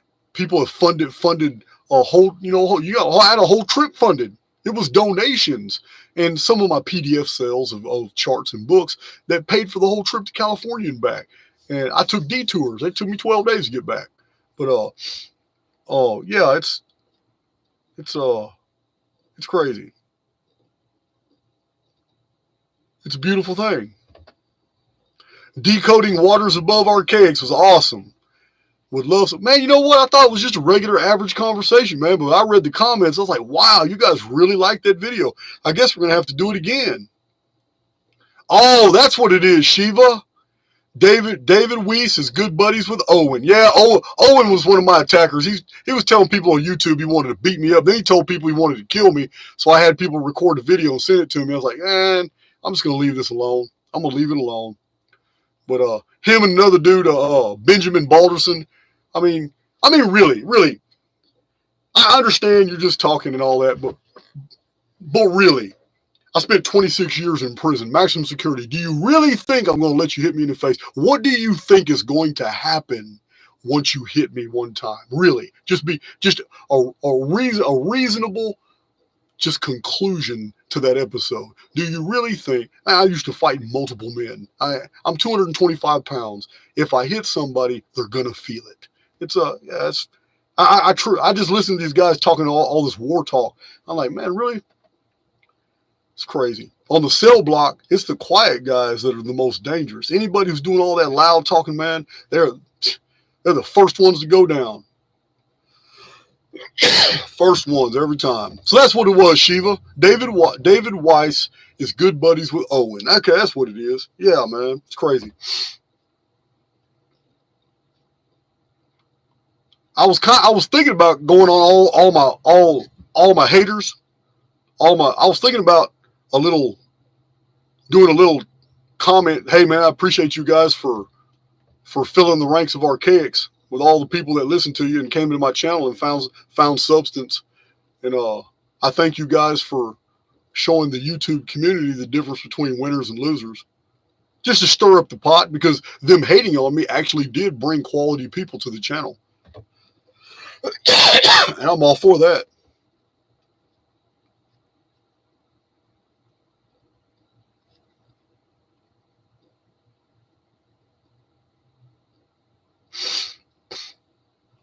Duke Guilford, you really need to listen to some of my other podcasts. What happens when we escape the simulacrum for good? Listen, man, this is like one lily pad in a whole string of lily pads to get to this other vast gulf of a lake. Listen, man, the oversoul is eternal. And because the oversoul is eternal, that means the creation was not a singularity. It too is eternal. And because the creation is eternal, that means created worlds and created cosmoses or whatever never stop being produced. This means newer and newer immortal souls are entering the fray and being created. And that means there is more and more utility for those souls. And that means those souls need to be developed. They need to be passed through their purgatories in order to acquire all the things they need to acquire so they can inherit that eternal avatar rather than all the temporal ones of their training. Yeah, this is what we're going through right now, man. We're headed toward great things. And that's why there's nothing to fear here at all. At all. This is a beautiful experience, and it's all illusory. We're in no danger whatsoever. 2 videos ago, I even go into detail and show you guys where it shows in the alchemy that we're in no danger whatsoever. It's even the alchemists encoded that in their artwork. They knew we're avatars. Our souls are moored to God outside the construct. Therefore, like a puppet, we're still connected. We're still connected to source. No matter what happens in here, we're still connected to source. Therefore, we are protected. You're here to grow. You're here to learn. You're here to mature spiritually. You're here to grow into the immortal avatar that's been prepared for you. But you're not gonna receive that inheritance until you've earned it. And that means you might have several lily pads to hop.